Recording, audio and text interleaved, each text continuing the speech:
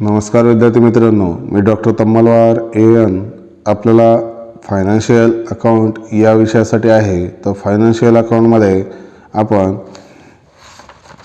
Joint venture account हा chapter बघतोय. आता जॉईंट व्हेंचर अकाउंट हा चॅप्टर बघत असताना ते निश्चित उद्देशासाठी त्या ठिकाणी एका निश्चित उद्देशासाठी दोन व्यक्ती किंवा दोन व्यवसाय किंवा दोन कमर्शियल ऑब्जेक्ट या ठिकाणी एकत्र येत असतात आणि एकत्र येऊन या ठिकाणी जो काही तुमचा प्रोजेक्ट आहे ते प्रोजेक्ट पूर्ण करत असतात. आणि तो प्रोजेक्ट पूर्ण करत असताना साधारणतः जी काही त्यांचा रिस्क आहे ते रिस्क या ठिकाणी जवळपास अनलिमिटेड असते असं आपल्याला म्हणता येतात. आणि ते रिस्क त्या भांडवलानुसार किंवा भांडवलाच्या प्रपोर्शननुसार रेशोनुसार या ठिकाणी ते स्वीकारत असतात असं देखील आपल्याला म्हणता येतं.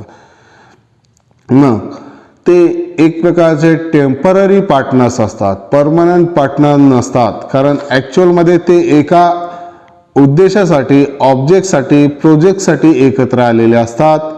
समजा एक उद्देश पूर्ण करायचं आहे, त्यासाठी आपण तुम्ही आणि मी या ठिकाणी एकत्र येतोय. तुमच्यात आणि माझ्यात लीगल काही झालेलं आहे का?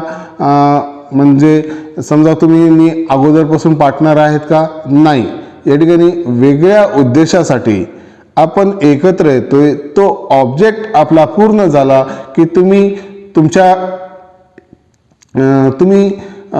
कार्याला लागता, मी माझ्या कार्याला लागतोय. तो ऑब्जेक्ट संपला की या ठिकाणी पार्टनरशिप संपली या पद्धतीनं असतं. म्हणून त्याला टेम्पररी पार्टनर्स असं देखील म्हटलं जातं. ठीक आहे. त्यानंतर आता याच्यात मेथड ऑफ रेकॉर्डिंग ट्रान्झॅक्शन कसे आहेत? तर दोन मेथड आहेत. एक सेपरेट बुक किंवा सेपरेट अकाउंट्स बुक या ठिकाणी ठेवायचं आणि नॉन सेपरेट अकाउंट्स किंवा बुक्स या ठिकाणी ठेवायचं. हे दोन या ठिकाणी पद्धत आहेत.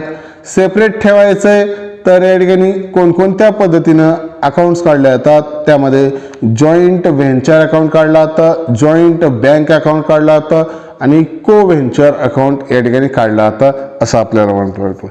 सेपरेट ठेवायचं नसतील तर त्याच्या वेगळ्या पद्धती असतील, ते आपल्याला सिलेबसला नाही आहे. ठीक आहे. या पद्धतीनं आपण थेअरी बघितली होती. तुम्हाला मी मागच्या लेक्चरमध्ये काही एंट्र्या दिलेल्या आहेत आणि अकाउंट्सचा प्रोफार्मा दिलेला आहे. तो प्रोफार्मा एकदा ओव्हरलुक करून घ्यायचा आहे आणि नंतर हा लेक्चर बघायचा. ठीक आहे. आता या लेक्चरला आपण प्रॉब्लेमला सुरुवात करू.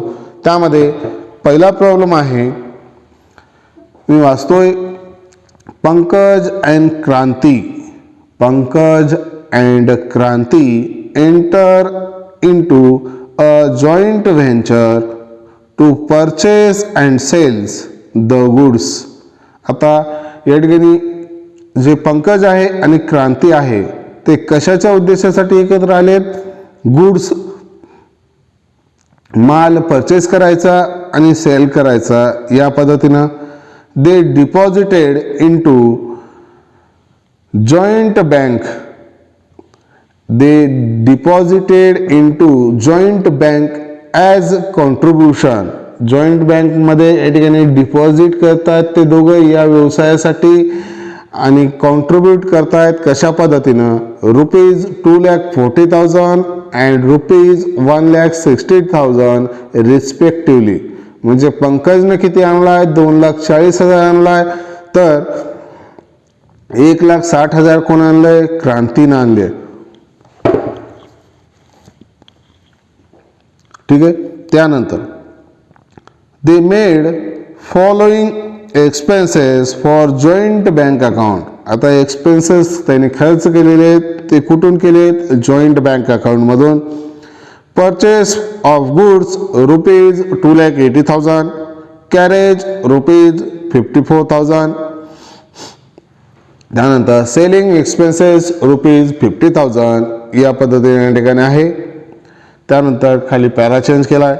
Goods were sold for ₹3,60,000 on cash basis.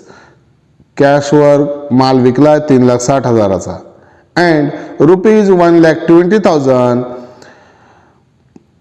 ₹1,12,000 could only be recovered from debtors. इथं 1,20,000 रुपयाचे डेटर्स आहेत म्हणजे या ठिकाणी क्रेडिट माल विकलेला आहे. ठीक आहे, मग डेटर्स तयार झाले. माल विकला उधारीवर 1,20,000चा, 1,20,000चे डेटर्स तयार झाले. 1,20,000च्या डेटर्स कडून 1,12,000 या ठिकाणी रिकवर झाले म्हणजे 8,000 या ठिकाणी काय आहे, बॅड डेब्ट्स आहे. ठीक आहे. The venture was closed and the co-venture still their accounts profit and loss ratio as per their contribution, pass journal entry and prepare joint venture account, joint bank account, Pankaj account, त्यानंतर क्रांतीज account आणि sundry debtors account. ठीक आहे, एवढे account या ठिकाणी काढायचं. आता त्यांचा प्रॉफिटचा जो रेशो आहे तो कसा आहे, कॉन्ट्रीब्युशनवर आहे. ठीक आहे, मग कॉन्ट्रीब्युशन कशा पद्धतीने आहे तर 2,40,000 आणि 1,60,000 मी या ठिकाणी काढतोय. 2,40,000 इज टू 1,60,000.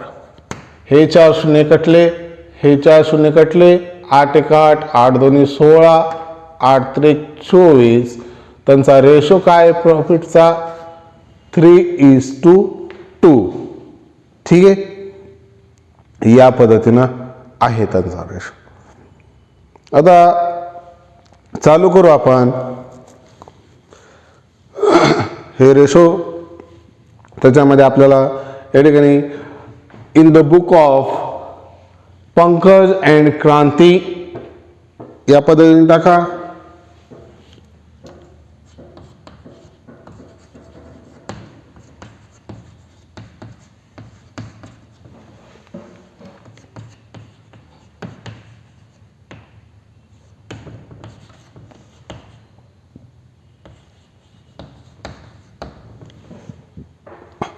पहिलं अकाउंट कोणतं काढायला सांगितलंय, जॉईंट व्हेंचर अकाउंट.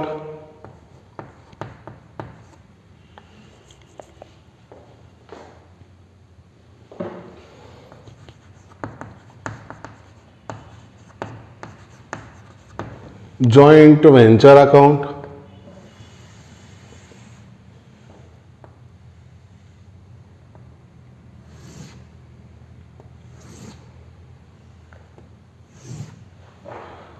सेकंड नंबरला कोणतं काढायला सांगितलंय, जॉईंट बँक अकाउंट. ठीक आहे,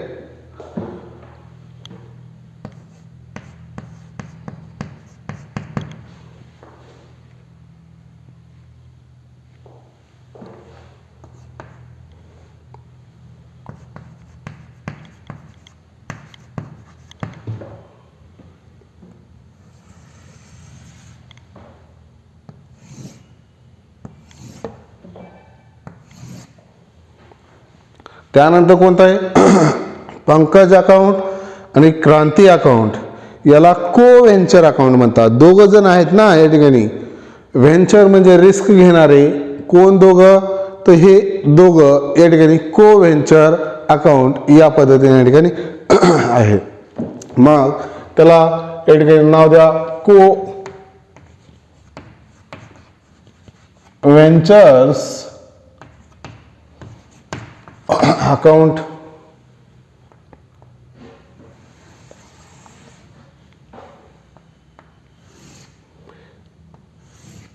या ठिकाणी मी अमाऊंटचे 2 कॉलम करतोय. आता हे 2 कॉलम कशासाठी आहेत तर को व्हेंचरचे सेपरेट आपल्याला अकाउंट काढायची गरज नाही. पंकजचं आणि क्रांतीचं या ठिकाणी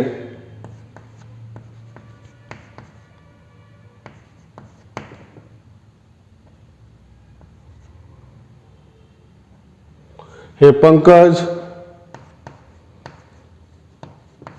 हे क्रांती,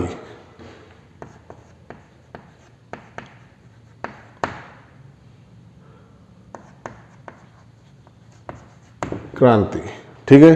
त्यानंतर डेटास, डेटास अकाउंट,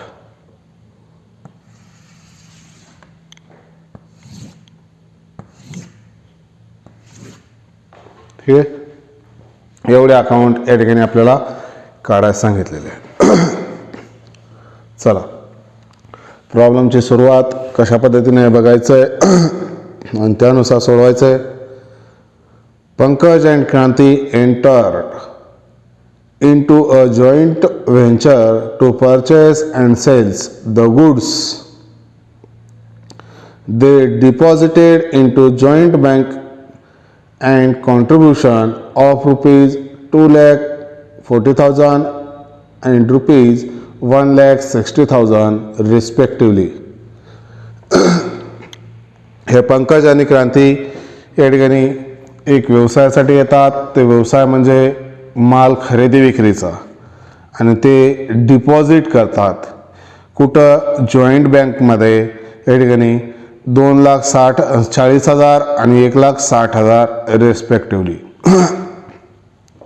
त्याची एंट्री काय होईल, joint bank account DR to Pankaj account to Kranti account. मग या ठिकाणी जॉईंट बँक अकाउंट आहे, अशाच पद्धतीने एंट्र्या करायच्या आहेत. जसं प्रॉब्लेम चालेल त्या पद्धतीने या ठिकाणी एंट्र्या करायच्या आहेत. मग या ठिकाणी एंट्री काय होईल, joint bank account DR to Pankaj account to Kranti account, या पद्धतीने या ठिकाणी एंट्र्या होतील. मग या ठिकाणी to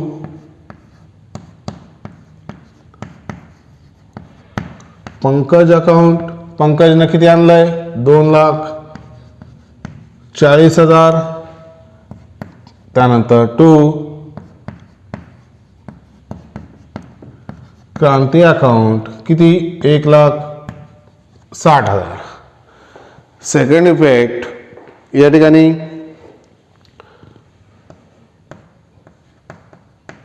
joint bank account by joint bank account 2,40,000, 1,60,000. ठीक आहे. या पद्धतीनं नरेशन काय येईल या एंट्रीचं, contribution deposited into joint bank account, contribution deposited into joint bank account, या पद्धतीनं. ठीक आहे. इथपर्यंत क्लिअर आहे. त्यानंतर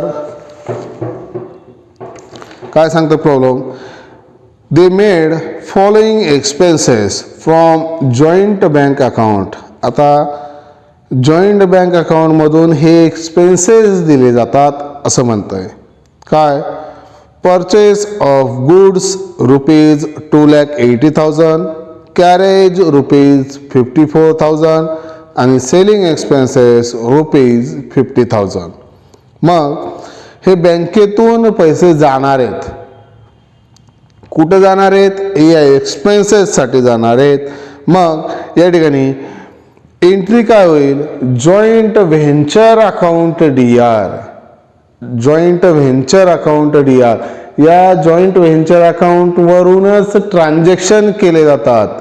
लक्षात येतंय मी काय म्हणतोय, या जॉइंट व्हेंचर अकाउंट वरूनच ट्रान्झॅक्शन केले जातात. खरेदी विक्री, एक्सपेन्सेस, लॉसेस, हे सर्व जॉइंट व्हेंचर अकाउंटवर होतं. हे जॉइंट व्हेंचर अकाउंटवरून, हे सेपरेट बँकेचं अकाउंट आहे, हे सेपरेट त्यांचं खातं आहे पंकज आणि क्रांतीचं, हे डेटर्स आहे. तर व्यवसायाचं, त्या प्रोजेक्टचं किंवा त्या ऑब्जेक्टचं खातं कोणतं असतं, तर जॉइंट व्हेंचर अकाउंट असतं असं आपल्याला म्हणता येतं. आणि याच्यावरूनच तुमचे सर्व जे काही ऑब्जेक्ट आहे ते ऑब्जेक्ट या ठिकाणी पूर्ण करण्याचा प्रयत्न करत असतात असं आपल्याला म्हणता येतं. म्हणजे समजा तुम्ही आणि मी या ठिकाणी एक ऑब्जेक्टसाठी एकत्र आलोय. इथं कशासाठी एकत्र आलेत? माल खरेदी विक्री करण्यासाठी. आता खरेदी विक्री करायचंय तर ते जे मेन अकाउंट्स आहे ते कोणतं? Joint venture account. ठीक आहे, हे त्यांचं बँकेचं खातं. हे को व्हेंचर म्हणजे तुमचं आणि माझं खातं. आणि हे डेटास जे काही उधार वगैरे खरेदी झाला असेल तर ते त्याचं खातं आहे असं आपल्याला म्हणता येतं.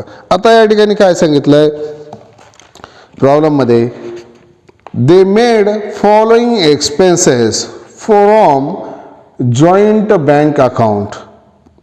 Purchase of goods rupees 2,80,000, carriage rupees 54,000, selling expenses rupees 50,000. या पद्धतीनं मग एंट्री काय होईल?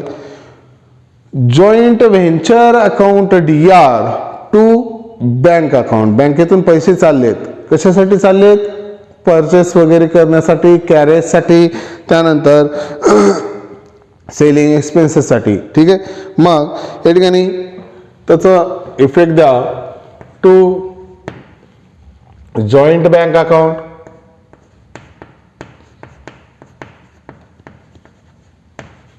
जॉइंट बँक अकाउंट वाटलं तर परचेस ऑफ गुड्स,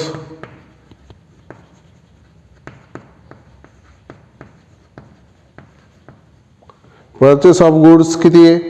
2,80,000. त्यानंतर दुसरं काय? Carriage.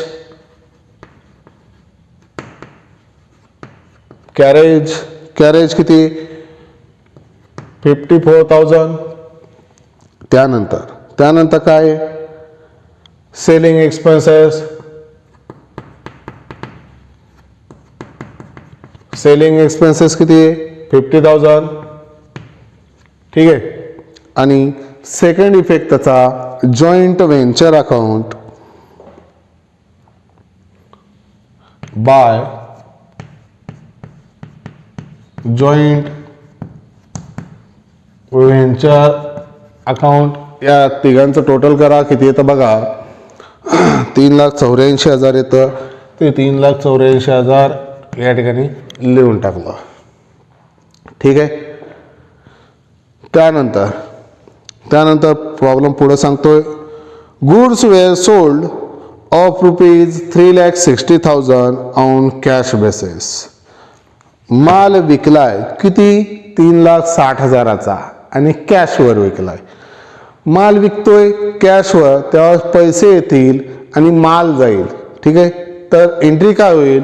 Bank account DR to joint venture account. मग या ठिकाणी लिहा टू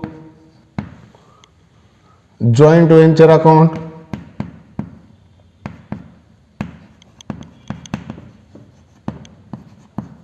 जॉइंट व्हेंचर अकाउंट कितीचा विकलाय? 3,60,000चा. इकडं बाय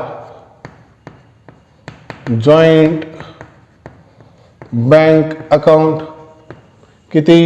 3,60,000चा. ठीक आहे, वाटलं तर इथं कॅश सेल्स लिहून टाका. ठीक आहे, त्यानंतर प्रॉब्लेम पुढे आहे continue. Rupees 1,20,000, rupees 1,12,000 could only be recovered from debtors. The venture was closed. आता डेटर्स या ठिकाणी काय झालंय? 1,20,000चे क्रिएट झालेले आहेत आणि 1,12,000 रिकवर झाले. म्हणजे अगोदर माल उधारीवर विकला असेल. ठीक आहे, मग माल उधारीवर विकतोय तर त्यावेळेस एंट्री काय होईल? Debtors account DR to joint venture account. मग या ठिकाणी entry to joint venture account कितीचा 1,20,000चा. इकडं बाय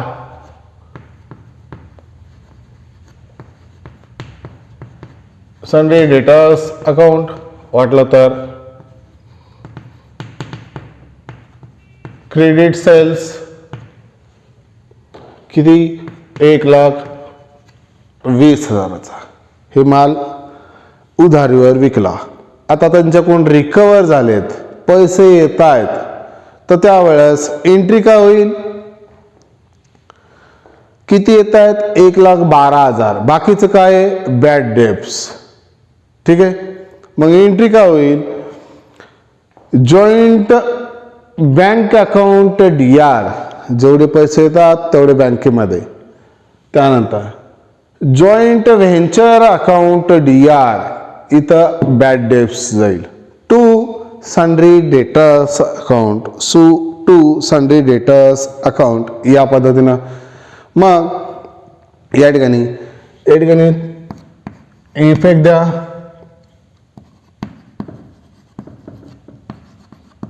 सन्ड्री डेटर्स अकाउंट किती? 1,12,000 येत आहेत. यानंतर to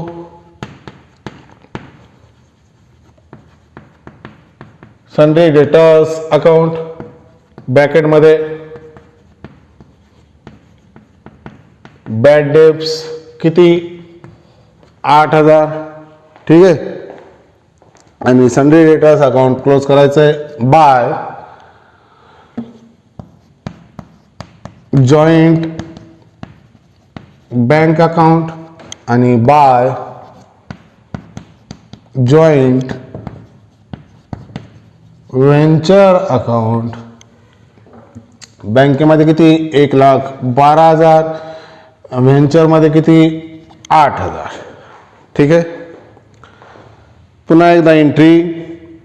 joint bank account DR, joint venture account DR to sundry debtors account.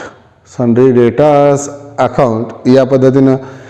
याच्या पुस्तकामध्ये त्याचं नाव, त्याच्या पुस्तकामध्ये त्याचं नाव. ठीक आहे. या पद्धतीनं. ठीक आहे. त्यानंतर the venture was closed and the co venture still their accounts profit and loss ratio as per the contribution. या पद्धतीने या ठिकाणी एंट्री आहे सांगितलंय. मग पहिल्यांदा हे अकाउंट क्लोज करू. किती येईल? 4,80,000. 4,80,000 इथं झालंय. आता हे प्रॉफिट आहे, कुठं ट्रान्सफर करायचं? को व्हेंचरला. म्हणून को व्हेंचर अकाउंट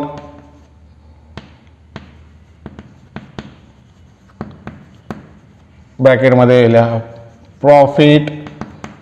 आता त्यांचं रेशो आहे म्हणून ते इनर कॉलमला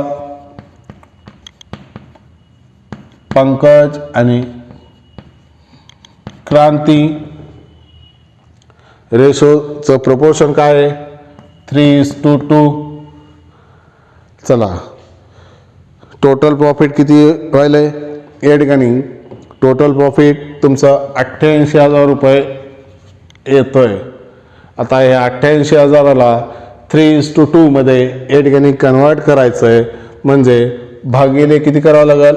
5 करावं लागेल. 3 आणि 2 5. किती येतं ते बघायचं आणि त्याला मग गुणिले 3 करा आणि गुणिले 2 करा. त्यानुसार या ठिकाणी तुम्ही सोडवायचं आहे.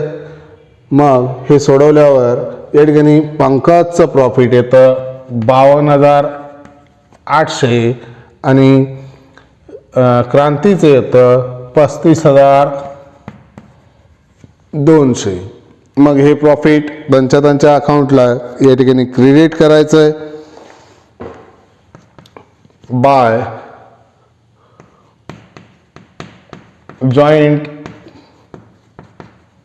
व्हेंचर अकाउंट ब्रॅकेटमध्ये प्रॉफिट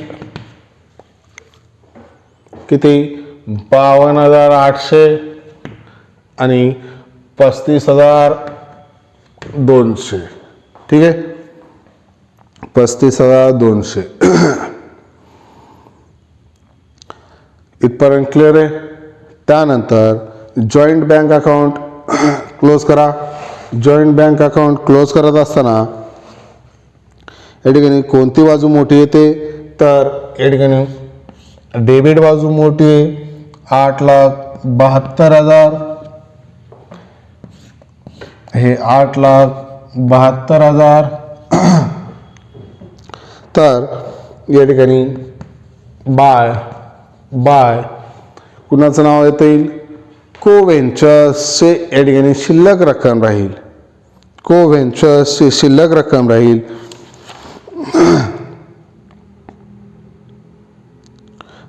बॅलन्स पेड करते कुणाला, क्रांतीला. जे काही शिल्लक आहे बँकेमध्ये ते या ठिकाणी बॅलन्स पेड करते. मग त्यावेळेस एंट्री काय होईल, coventure account DR to joint bank account. मग कोव्हेंचरचा आपण अगोदर क्लोज करून टाकू.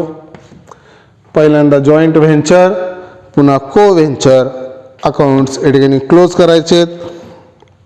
इथं 2,92,800 आणि इकडं 1,95,200. इथं 1,95,200, 2,92,800, 2,92,800 यायला पाहिजे आणि 1,95,200. इथं तेवढे रक्कम या ठिकाणी शिल्लक आहे आणि ते शिल्लक या ठिकाणी बँक पेड करणारे. मग एंट्री काय होईल, कोव्हेंचर अकाउंट DR किंवा Pankaj account DR, Kranti account DR to joint bank account. या पद्धतीनं मग या ठिकाणी जॉईंट बँक अकाउंट ब्रॅकेटमध्ये पेड, इकडं पंकज अकाउंट आणि इकडं क्रांती अकाउंट. पंकजला किती पेड केलंय, 1,92,800 आणि इकडं 1,95,200 ब्रॅकेटमध्ये पेड. ठीक आहे, या पद्धतीने या ठिकाणी एंट्र्या होतात. बघा रे, पहिली एंट्री काय होईल, कॉन्ट्रीब्युशन डिपॉझिटेडची.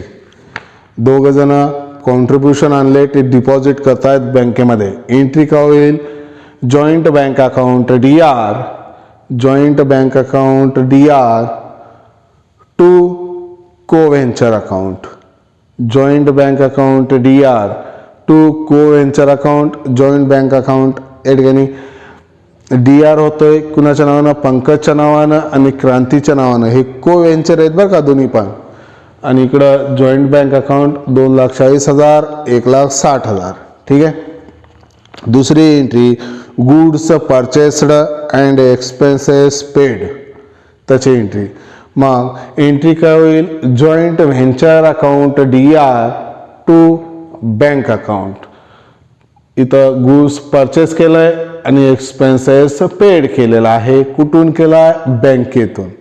त्याची एंट्री. त्यानंतरची एंट्री कॅश सेलची. कॅश सेलची एंट्री काय होईल, joint bank account DR to joint venture account, joint bank account DR to joint venture account. 3,60,000, 3,60,000. त्यानंतर पुन्हा क्रेडिट सेलची आहे. क्रेडिट सेलची एंट्री काय होईल, sundry debtors account DR to joint venture account, sundry debtors account DR to joint venture account. ठीक आहे. त्यानंतर डेटार्सकडून रिकवर झाल्याची एंट्री. मग एंट्री काय होईल? Joint bank account DR, joint venture account DR to sundry debtors account. Joint bank अकाउंटमध्ये किती? 1,12,000. जॉईंट व्हेंचरमध्ये किती? 8,000. कशाचे? बॅड डेप्सचे. आणि सन्ड्री डेटर्समध्ये किती? 1,20,000. त्या ठिकाणी इफेक्ट दाखवलेले आहेत आपण. त्यानंतर प्रॉफिट ट्रान्सफर केल्याची एंट्री काय होईल? Joint venture account DR to co venture account. Joint venture account DR to co venture account. Co venture म्हणजे दोन्ही पण आले हा. मग को व्हेंचर अकाउंट पंकज आणि क्रांती कशावरून काढलं? 3/2. 88,000 भागिले 5 करा. जे काही संख्या येईल त्याला गुणिले 3 करा, गुणिले 2 करा. 3 हिस्सा पंकजचा आहे, 2 हिस्सा क्रांतीचा आहे. मग त्यानुसार त्याचे entry joint venture account DR to co venture account ब्रॅकेटमध्ये प्रॉफिट. ठीक आहे. त्याची एंट्री झाल्याच्या नंतर बॅलन्स पेड केल्याची एंट्री. बॅलन्स पेड केल्याची एंट्री काय होते? कुणाला पेड करायचंय? को व्हेंचरला. म्हणून co venture account DR to joint bank account. Co venture account DR to joint bank account. Co व्हेंचरमध्ये 2 जण आहेत, पंकज आणि क्रांती. वाटलं तर एंट्री तुम्ही चेंज करू शकता. त्या ठिकाणी Pankaj account DR, Kranti account DR to joint bank account. या पद्धतीने या ठिकाणी एंट्री होते. त्याचं जे बॅलन्स निघाल ते बँक या ठिकाणी पेड करत असते. म्हणून या ठिकाणी बॅलन्स पेडची एंट्री या पद्धतीने या ठिकाणी होते. ठीक आहे. या पद्धतीने हे प्रॉब्लेम आहे. ठीक आहे. काही अडचणी असतील तर प्रत्यक्षात येऊन भेटू शकता, बोलू शकता किंवा कॉमेंट बॉक्समध्ये कॉमेंट टाकू शकता. ठीक आहे. धन्यवाद.